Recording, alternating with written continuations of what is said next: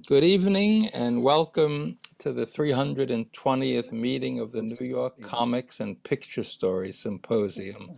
This is a weekly lecture series on comics, illustration, animation, and the history of text image work. This series is sponsored in part by the Will and Ann Eisner Family Foundation. And our guest tonight is Peter Blegvad. Peter is a writer, artist, songwriter, and broadcaster based in London, where he is tonight. He taught creative writing at Warwick University for many years and was a senior tutor in visual writing at the Royal College of Art. His book, The Book of Leviathan, those collected strips, was published by Sort of Books and the Overlook Press, and is also available in Mandarin, Cantonese, and French. His latest album, Go Figure, is available on the Recommended Records, or RER, I'm not sure how that's pronounced. RER, that's right. RER Megacorp label. Yeah. Tonight, though, we're here to celebrate the publication of Peter's latest book, Imagine, Observe, Remember, that's published by Uniformbooks. The book is a culmination of many years of writing and drawing around these subjects. And over the years, works from this project appeared in exhibitions in Hanover, in Dusseldorf, in Lucerne, in Antwerp, and other cities. Tonight, please welcome Peter Blegvad to explain what he's been up to. Thanks, Ben. Hi, everybody. Okay, so let's see if this is going to actually work. If I press this button, it doesn't change. Why not? That's one thing we didn't test. Try getting out of the, not having your there. I have to go down here to this little arrow. Right. Okay. Right. Well, there's the book in question, Imagine, Observe, Remember, published last year. And it's about my lifelong epistemological illustration project, and that's going to be the subject of the talk tonight. I began doing comparative drawings of things imagined, observed, remembered in the 1970s in New York City, pursuing a line of inquiry that grew out of my first commissions as an illustrator and my struggle to develop a style suitable for that genre. And like most beginners, I felt that drawing well meant drawing realistically, but I couldn't do that without referring to a model. Otherwise, I could only draw an approximation of the subject based on the image I could see with that undissectable organ, the mind's eye. And one of my first jobs back then was doing backgrounds for Peanuts cartoons. Mercifully, I didn't have to draw the characters, Charlie Brown and his pals. They were in the foreground, and the people who drew them were specially trained, but I had to do everything else. In my compulsion to get things right, I sometimes populated my backgrounds with realistic details that I'd copied in an academic manner from life or from photographs. And of course, these clashed with the overall style of the scene. So I learned early on that getting things right can be wrong. And that intrigued me, and I began drawing sundry items, first as I imagined, and then as I observed them to be, and lastly, as I remembered them to have been. And as is standard procedure among illustrators, I accorded no less reality to the item as it appeared to my imagination or memory than to the item as it appeared to my eye. So where's that little arrow? There it is. Yes, eyes. I was an illustrator looking for a story of my own to illustrate, something with a beginning, middle, and end. Imagine, observe, remember is what I came up with. Imagine, observe, remember was originally conceived as a way to think about illustration, but it became a way of using illustration to think about imagining, observing, and remembering.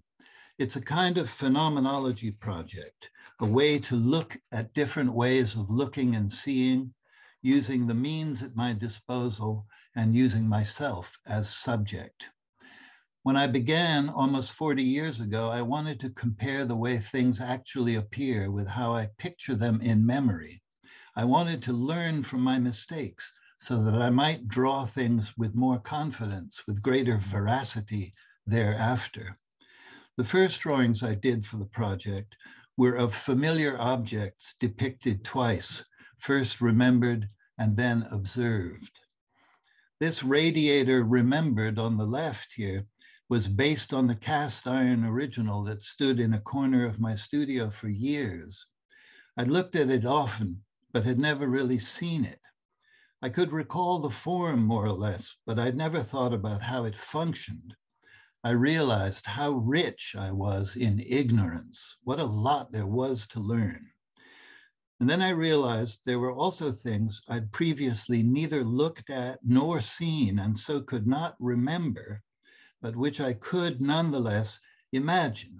For instance, this scene of a river flowing into the sea. That's it, imagined, and there I actually observed it. Then I realized there were things I had seen and could therefore remember, but which I could nonetheless imagine differently. Even a slight variation was enough to make the object new to me and make it somehow mine. For instance, by making the crooked straight in these lightning bolts. So thus I began to triangulate my studies, to compare and contrast the three ways we have of seeing: imagined, observed, and remembered. But I soon became aware of what I call the imagined remembered problem, the problem of how to avoid remembering while imagining and vice versa. I found the age-old idea that imagination could transcend memory and offer glimpses of previously invisible worlds very seductive. But I was no visionary. The drawings I'd done and labeled imagined were earthbound, mired in memory. So humbled, I thought about replacing imagined, observed, remembered with reverie, scrutiny, memory. But that sounded a little too recherché. I was training myself to be an illustrator in search of a style. I wanted to learn how to draw things so that they were recognizable, but also recognizably by me. An original style. What ratio of realism to invention, of observed to imagined, would that require? And what percentage of memory? I didn't think in those terms exactly, but I had the notion that every artistic style can be located somewhere on a continuum between realism and invention. Years later, Scott McCloud would demonstrate and enlarge upon this idea in his book, Understanding Comics, with an infographic he called the Big Triangle. Realistic images observed on the left, simplified signs, icons, and cartoons on the right, more or less remembered, and abstractions imagined at the apex. Connect the three vertices, McCloud says, and you're looking at a map of every possible form of visual art and communication. Yeah. Well, I was influenced by a slew of artists and illustrators with a wide range of styles, but two fundamental influences on my early artistic formations were mom and dad. My mother, Lenore Blegvad, was a painter and author, and she'd studied painting in Paris with André Lotte and Fernand Léger, and she exhibited her work occasionally over the years. But in 1992, she wrote and illustrated Once Upon a Time and Grandma, a book for children about her own childhood growing up in New York in the 30s. As a painter, it took her months of experimenting before she arrived at a style of illustration that she felt would serve. A simplified, slightly naive style, and it suits her text to a T. My father, Eric Blegvad, was a virtuoso with an eidetic memory, an illustrator of the old school, European, who could draw an accurate representation of almost anything by referring to his vast store of mental models. I'd class this as a feat more of memory than of imagination, but as said, the operations of these two faculties are often hard to disentangle. Over a 70-year career working mainly in pen and ink and watercolor, he illustrated more than 100 books and many stories for different magazines. Here's a recent daub of my own depicting my parents from the backseat of their Citroën 2 Chevaux in around 1974. It's hard to be objective about one's own style, but mine often strikes me as a cross between my mother's and my father's, naive in parts and refined in others. When I'm drawing, I often feel, oh, someone just shot somebody out on the street. Don't be distracted. When I'm drawing, I often feel there are two influences tugging me in opposite directions. As for ratios and percentages, it would be nice to say that when I make a drawing of something imagined, it's 100%. But of course, that's not the case. Nor can I claim that my drawings of things remembered and observed are pure. How could they be when all three faculties are involved to different degrees in every act of perception? Isolating a single faculty for individual study would seem to be impossible. Like most people, I can imagine myself in the future observing a memory of something that is present now, but which by then will have become the past and be partly forgotten. But so what? I want an image I can draw, and for me that means keeping it simple. I tease the three faculties apart in order to treat them singly. Never mind that it seems impossible. I depict the things I imagine, observe, and remember as if there were no imagined, remembered problem, as if the three faculties could function independently. I imagine what such images might look like. And here you can see three ways of seeing teased apart with this running hair. Years ago, actually it was Ben who introduced me to this guy, Francis Galton, and he's been fundamental to this entire project ever since. In his book, Inquiries into Human Faculty and Its Development from 1907, he writes, "There exists a power which is rare naturally, but can, I believe, be acquired without much difficulty, of projecting a mental picture upon a piece of paper and of holding it fast there so that it can be outlined with a pencil. Well, I lack that enviable power, but I believe I can draw a mental image, imagined or remembered, that conveys a pretty good idea of my impression. But a single static drawing cannot show it changing, and change is what mental images do. They're volatile, morphing, always in flux."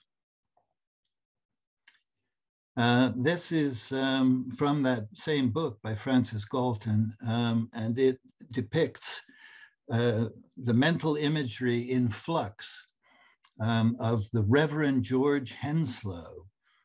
And the writer Robert Irwin describes this sequence. First, Henslow sees a crossbow. Then the crossbow is provided with an arrow. Then a vaguely outlined person appeared to shoot the arrow from the bow. Then the single arrow was accompanied by a flight of arrows, which turned into falling stars, and those in turn landed as snow. The visionary was looking at a rectory, the tulips in its garden. Then one tulip, which lost its petals, becoming only a pistil, which turned into 3 branching horns, which became a knob, which extended itself into a walking stick, and so on, in an endless play of transformation. This is an art project, obviously, but I also think of it as a kind of outsider science. By drawing the things I see with my mind's eye, I like to imagine I'm making the invisible visible, and that therefore my work is related, however obliquely, to that of pioneers like this man, Anton van Leeuwenhoek.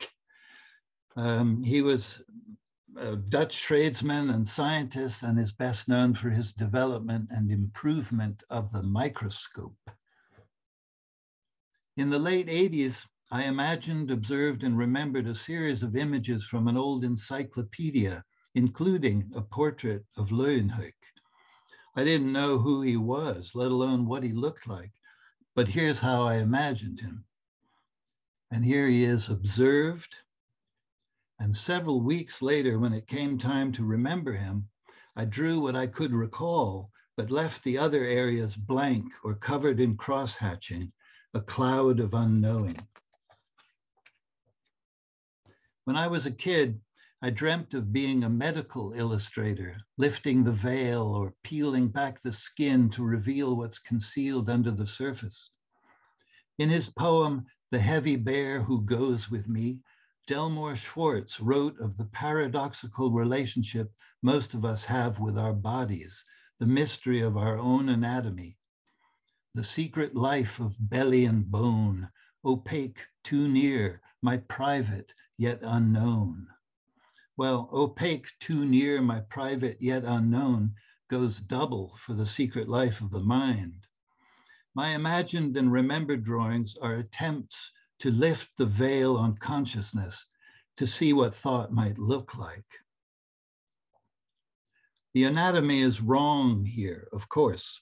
Organs are missing or misplaced, but I wanted as accurate a record as possible of my ignorance, an objective record of the view my memory and imagination had of the physical things inside our solid bodies.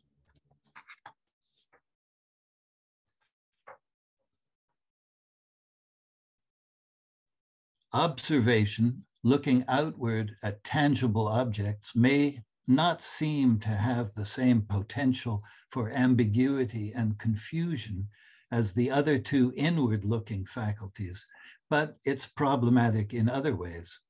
The tension between wanting the drawing to be both accurate and aesthetically pleasing is the same whether I'm drawing a physical object observed or a mental one, imagined or remembered. And until lately, my drawings of things observed have conformed to a conventional idea of realism, dispassionate, factual, objective, in the third person, as it were, which has often resulted in rather lifeless drawings like this one. And I've had to remind myself that there are more imaginative ways of observing, techniques that require a shift to first person, using peripheral vision, for instance, or drawing an unseen object purely by touch. It has taken me years, but I no longer feel that observed in this context should always mean objective. I realize I can take liberties with the image, simplify and distort it, depict it in more expressive manner, and it will still be observed. It'll still be true in its way. Once again, I realize what a lot there is to learn.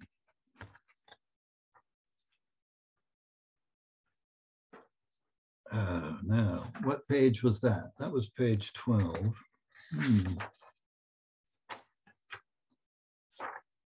Yeah, I seem to be missing something here. So what's the next page? Oh yeah, the ears. The ears are missing. Never mind. Yeah, these are ears, as you can see, imagined and remembered. And they reminded me of this wonderful jumbo-sized rubber ear that I bought in a novelty shop decades ago. It was part of a Halloween costume, I guess. And that reminded me of this piece by David Shrigley called Life Model 2012. And the figure he created there and invited people to draw was so out of proportion that even if you drew it absolutely accurately, your drawing would look like a bad drawing. I just loved that idea. Yeah, originally I would draw these series of 3 images in the original order: imagine, observe, remember. But I soon realized that any order would serve.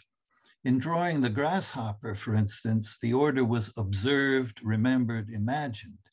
And the object observed is like the control in the experiment.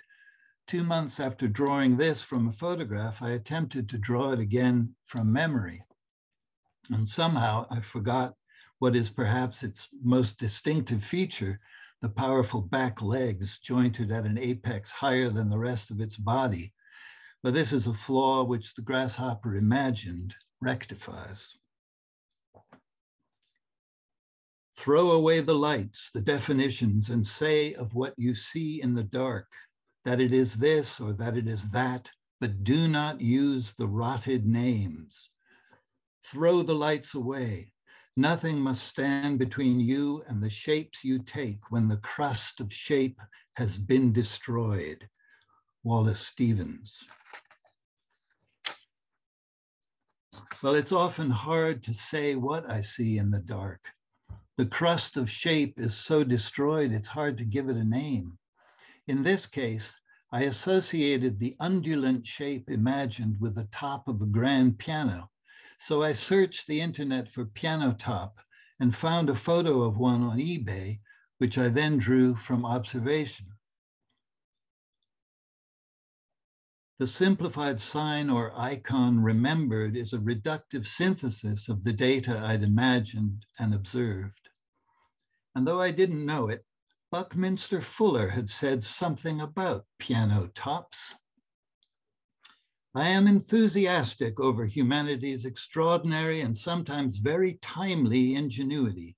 If you're in a shipwreck and all the boats are gone, a piano top buoyant enough to keep you afloat that comes along makes a fortuitous life preserver. But this is not to say that the best way to design a life preserver is in the form of a piano top. I think that we are clinging to a great many piano tops in accepting yesterday's fortuitous contrivings as constituting the only means for solving a given problem. Well, I'd never read that, so later on in the series, when the shape I imagined in the dark was something like this, and when the correlative I found for it on the internet was this, the Dymaxion car designed by Buckminster Fuller, I didn't make the connection. Connection, coincidence, association.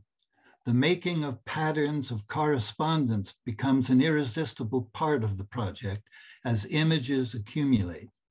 Is there significance, some kind of narrative in the sequence? In the images themselves, are they symbols of some kind?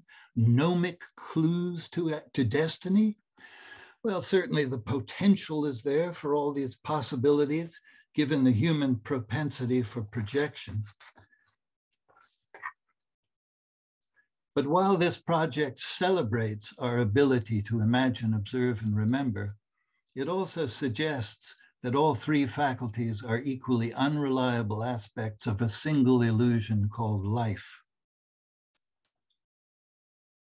A mental image isn't exactly or exclusively visual. It's partly an idea, a phantom that hovers somewhere between image and word.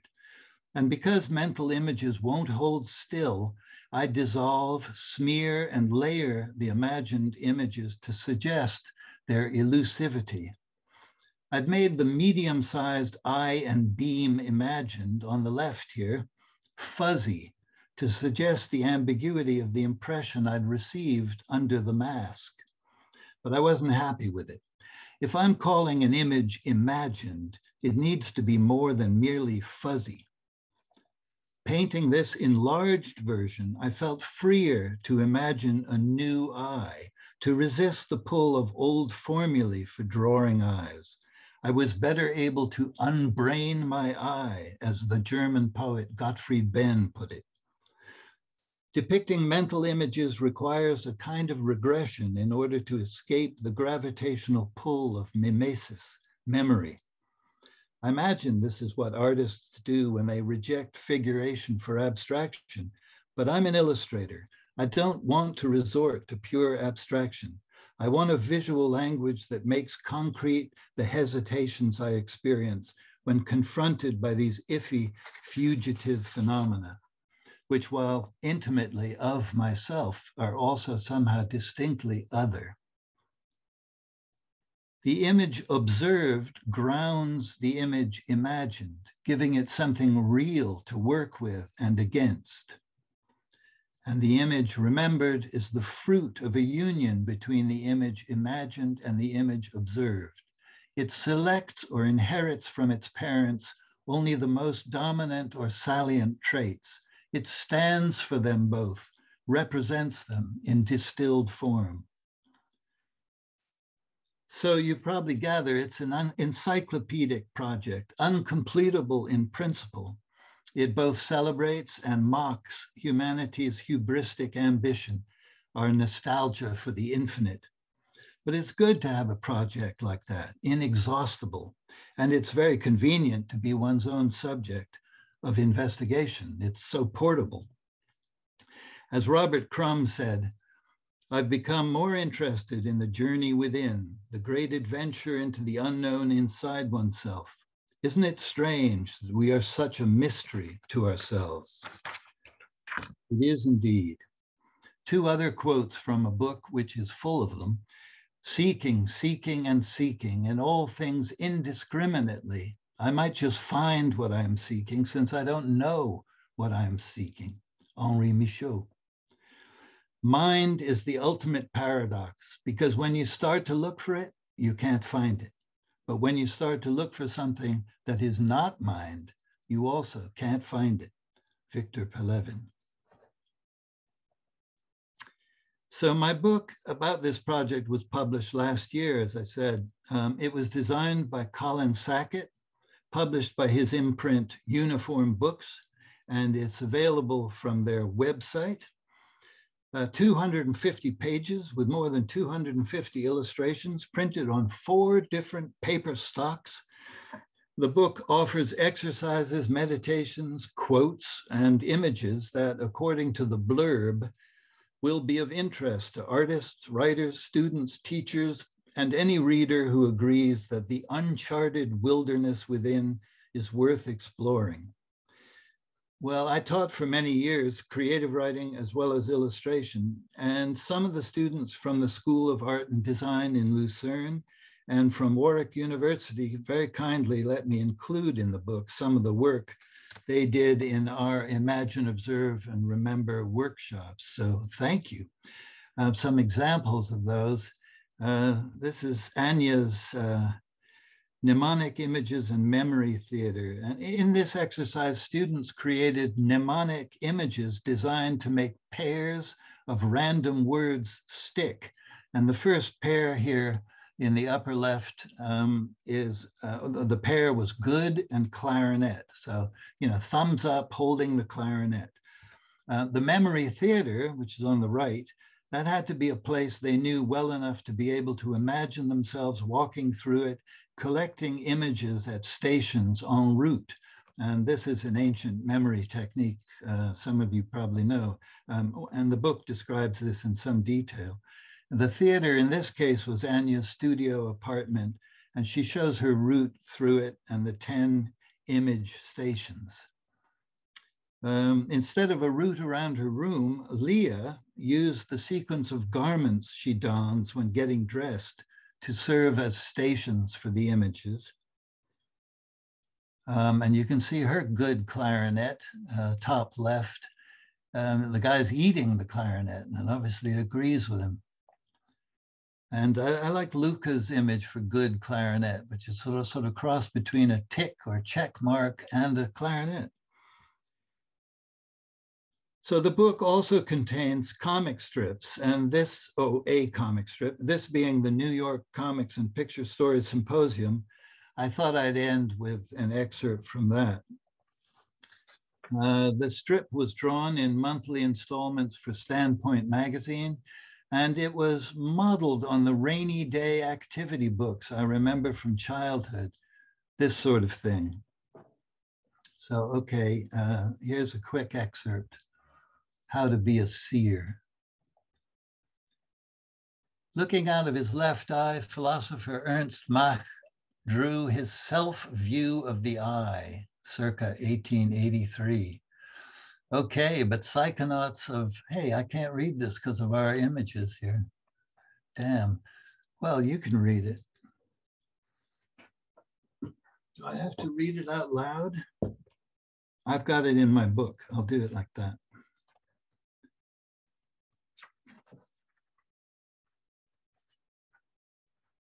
Psychonauts of inner space. What was it? Yeah, have moved on since then. I'm sick of looking out. Let's close our eyes and look in. The first thing we're likely to see is an after image followed by this sort of thing, or these. These are phosphenes drawn by Jan Purkinje in 1823. And here's Professor Gerald Oster saying, I used to see phosphenes after hitting the back of my head with a loaf of French bread. I like that sort of amateur research. He thinks they might reflect the neural organization of the visual pathway. Okay, but after images and phosphenes are merely physical phenomena. It's mental images we're after. The junior phenomenologists of today prepare to peer into the workings of the mind's eye. Kids, study this image. Genius unveiling a bust of nature. Question, which natural phenomenon resists unveiling more than most? Answer, mental images. They are impossible to study because to do so, we'd have to stop producing the images in order to verify the result. This cannot happen in imaginative consciousness. Jean-Paul Sartre. Impossible to study the productions of the mind's eye? Not for us. All it takes is a little negative capability. When man is capable of being in uncertainties, mysteries, doubts, without any irritable reaching after fact and reason. John Keats. I spy in my little eye, in my mind's eye, something beginning with C, and I draw it. It's a cloud, imagined. Wrong, it's remembered. It's a cumulonimbus of unknowing. It's based on memories not of clouds, but other drawings of clouds.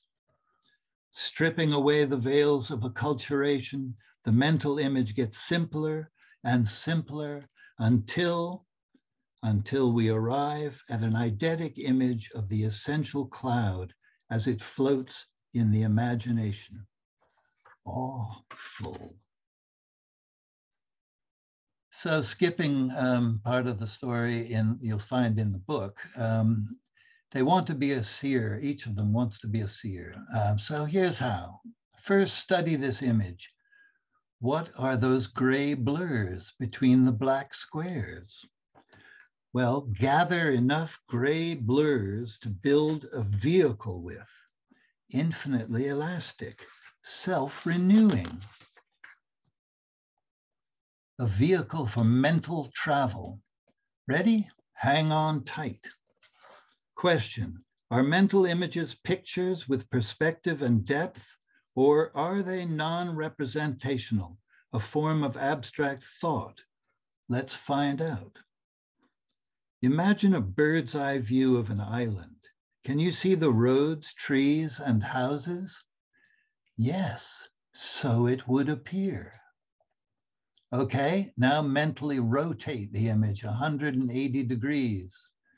Thought can be instant, but mental rotation takes time. What's your verdict, kids? We couldn't have done that to a thought, so mental images must be pictures. Nobody knows for sure. I see, said the blind man, as he picked up his hammer and saw. Thank you and good night. That's it. Thank you, Peter. If you have any questions or comments, you can drop your name in the chat or unmute yourself and ask the question. Anybody? Hi, Peter. I've got a question. Fire away.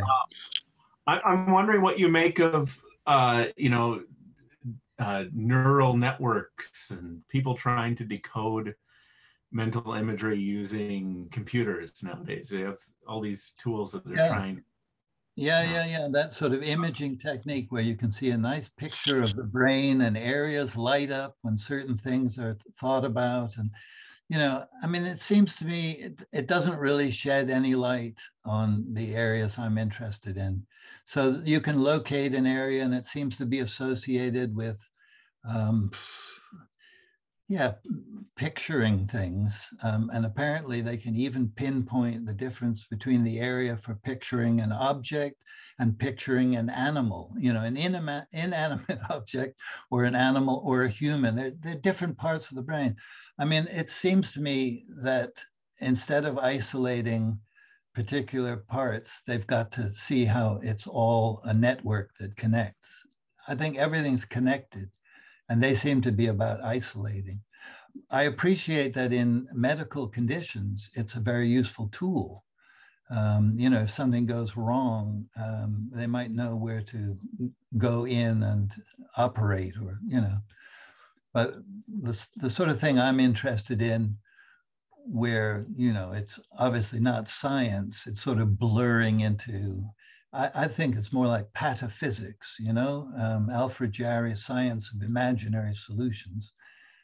There's nothing useful or practical about my research. Thank you, Peter. I love the book. Oh, good. He's got a copy. I have a question. Yeah. Yeah, Peter, John Garasio, loved it. A lot of fun. Peter, because I had the book and I really enjoyed it.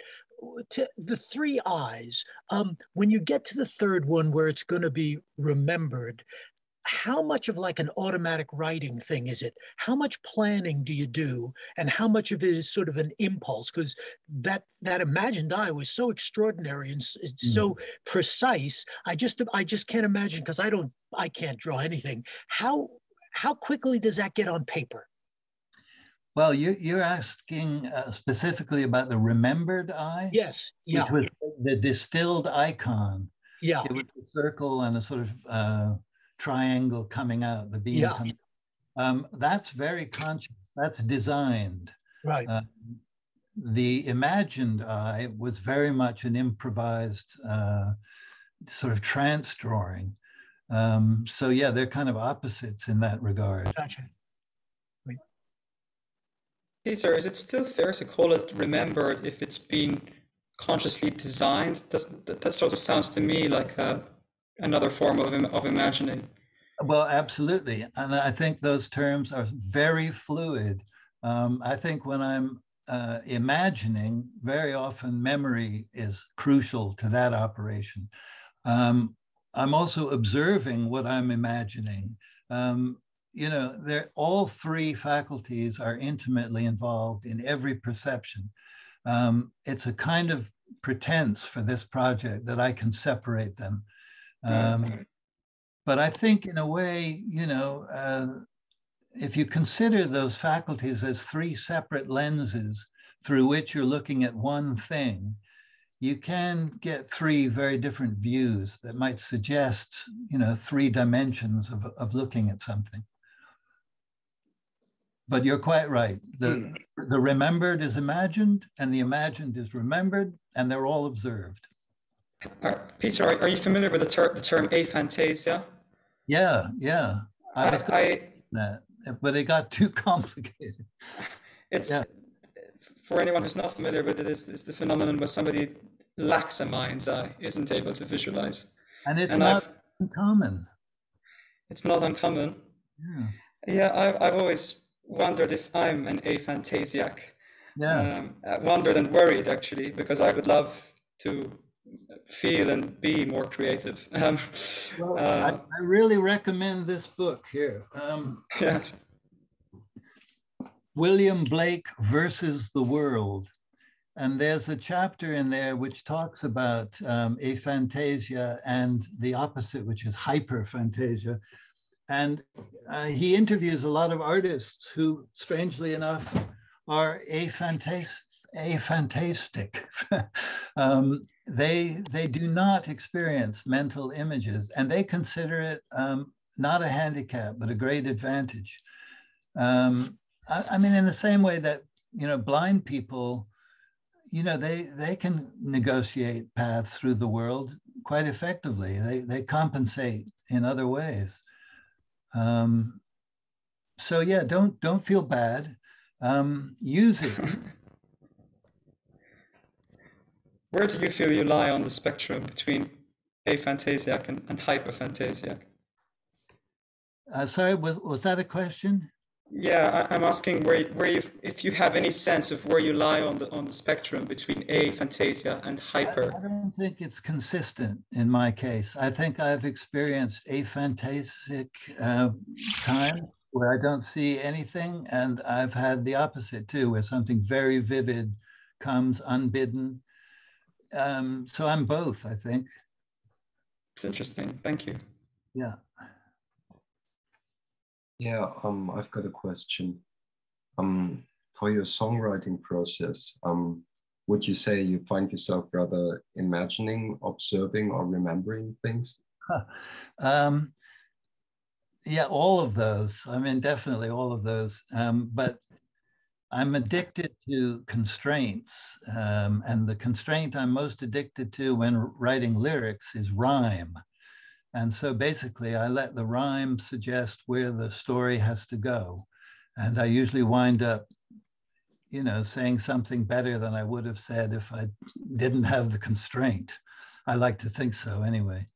But all three faculties are involved. Okay. Sounds to me like more on the imagining end of the spectrum. Well, yeah, I guess so. It's more fiction and fantasy than writing topical songs about events that actually happened. In that sense, it's more imagined. Yeah, okay. My songs are more imagined. Yeah. But then, when I'm writing love songs about my broken heart, that's all fact, man. Yeah. Okay. Cool. Thanks. I have a kind of a follow-up on that because recently you had that publication where you illustrated Slap Happy lyrics. Oh yeah. And it made me wonder how many of those images, which were potentially mental images from many decades past, you were putting onto paper, maybe assigning form to for the first time. What was that process like? Yeah, well, that's exactly what it was like. I mean, I had read the lyrics, I remembered them, and I played them in my head, and then I tried to come up with an image that seemed, you know, the best to draw. It's what the illustrator, that's the job for an illustrator, really. Yeah, and I think in some cases I succeeded. Other cases, because I had to include all the songs from those two albums, it was really difficult to find something to draw. You know, what was the one about something's reflected in a spoon by your window or something, you know, it's just, oh, I have to draw this hand reflected in a spoon. Okay, you know, whereas others really lent themselves to being drawn. Hi, Peter. Hi. I have a question. You've been going through this series for a long time as an illustrator, but you're a lyricist and a composer. Did you ever try imagined, observed, remembered with a scrap of music, any kind of auditory? Yeah, actually it was the basis for a theater piece that I performed first in Holland at a theater with Chris Cutler on drums and John Greaves on bass.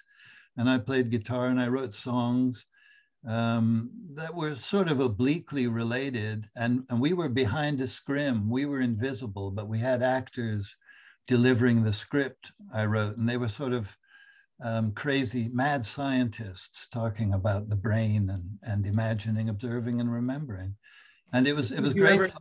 Did you ever imagine a piece of music and then after a certain amount of time, try to play that piece of music and then remember it? I mean, more directly. The drift and attrition of memory with a piece of music. Well, like you, Chris, I've been on stage many times and completely forgotten the song I'm playing, and I would quickly have to make up something to connect. But no, I haven't really tried that as a conscious exercise. All right. Yeah, nice to see you. Can I jump in for? Oh, I'm sorry. Hey, Franklin, another great songwriter. They're all here. Good to see you. I was just wondering, you talked about some of the origins of this, but just what do you feel has made it something, this project and these three concerns made it something that you've stuck with sort of doggedly over such a long period? Sort of what's been the thing that's the carrot, that sustained you? Yeah. Well, in the book, I talk about how, as a young man in my 20s, when I started this, it was consciously with the idea of it being a lifetime project. And I felt I needed this kind of epic project as a kind of compensation for disintegrating, which I felt very much I was in the process of doing as a young man.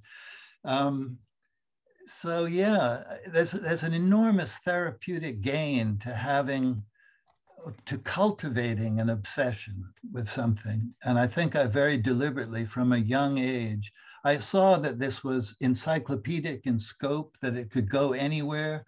And if I just kept digging, I'd keep finding interesting things. So, that was a good thing my young self did for my old self. Thanks. Thank you. I was curious about your reference to the phrase nostalgia for the infinite. Yeah. And I maybe mistakenly have always associated that with the title of a piece by Max Ernst. Maybe I don't even know what the source of the phrase originally is. Neither do I. But it seems like something where it leads one to like a sort of this universal ache or longing for something all-encompassing, and yet we don't. The closer you would get to that sort of peak experience, the farther away it sort of retreats from you. Yeah. Even in that sensitive, connection to that feeling. Yeah. And I just find that so intriguing. I've always, reflected on that without getting much closer to really understanding what that means. And yet it seems like it registers with me. And I didn't know what exactly you were referencing it from at that moment when you mentioned that phrase in your talk. Yeah. I think it's to do with the encyclopedic nature of this project. And it has this sort of Borgesian impossibility built into it, which, it delights me, excites me, but I'm kind of mocking it as well. As I said, there seems to be something hubristic at the base of that. In the book, I quote the Swiss duo Fischli and Weiss. I don't know if I can find it, but it really connected with me and is relevant to this question you raise, where they, that duo, the art duo Fischli and Weiss? I don't think so. Well, they do a lot of big encyclopedic projects, and they're very funny. And the pointlessness and the hugeness of them is, it's very exhilarating. But I relate to the perverse post-Enlightenment desire to attempt the encyclopedic and at the same time run it aground, identified by Swiss artist duo Fischli and Weiss. Yeah, to attempt the encyclopedic and at the same time run it aground. I think that was very much what amused me about this. And you also mentioned something that struck me as kind of related. It was from a quote of Sartre about, well, it seemed to be similar to the Heisenberg principle, the uncertainty principle, where the observer affects the observed. Yeah. So that you can never, it's like trying to pin down a piece, you know, mercury or something. Yeah. You know, I mean, sort of like that in a sense. Yeah. Yeah. And I always thought that what you were, you know, you're referencing in your works, and especially with this book, referring back to your, as you say, a lifelong, almost encyclopedic pursuit, it kind of is in that vein too, where as it happens, while you're trying to finalize some experiment and get a result, in fact, the conclusion can never be reached.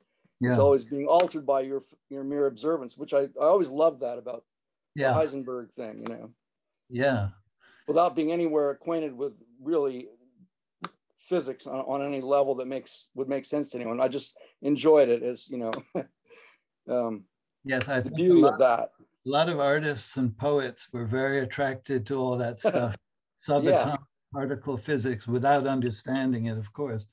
But yeah, like, you know, I think neurology or the attempts to understand consciousness have a similar kind of intrinsic slipperiness. It's like trying to taste your own tongue. How are you going to use the mind to observe itself? You know, it's just, that's what Sartre was saying. You know, you have to stop producing the image in order to see the image. So, you know, you can't do it. So the impossibility of that is also a large part of its appeal for me. You know, failure has much less stigma if it's inevitable. Right. Thank you. That's brilliant. Interesting. Well, hopefully that's answered a few of your questions. I'm enjoying our interaction here, but it is about 500,000 o'clock, and my bedtime is usually 8:30. So, Peter, yeah. Can you hear me? I can, loud and clear. Oh, good. It's Jane, and I just wanted to thank you for doing this book. You know, I have wonderful fond memories of the beginnings of this project back on John Street. Absolutely. Missed a lot in the middle, so really nice to catch up here on the end. It's been a great inspiration reading it. So wonderful. Thank you very much. Nice to see your face. And you. Good night. Good night, you guys. Okay. Thank you, Peter. Everybody. Thanks very much. It was terrific. Good night, Peter. Good night, Ben. Thanks. All right. Thank you. Thanks, Ben. Thanks, Peter. Bye-bye.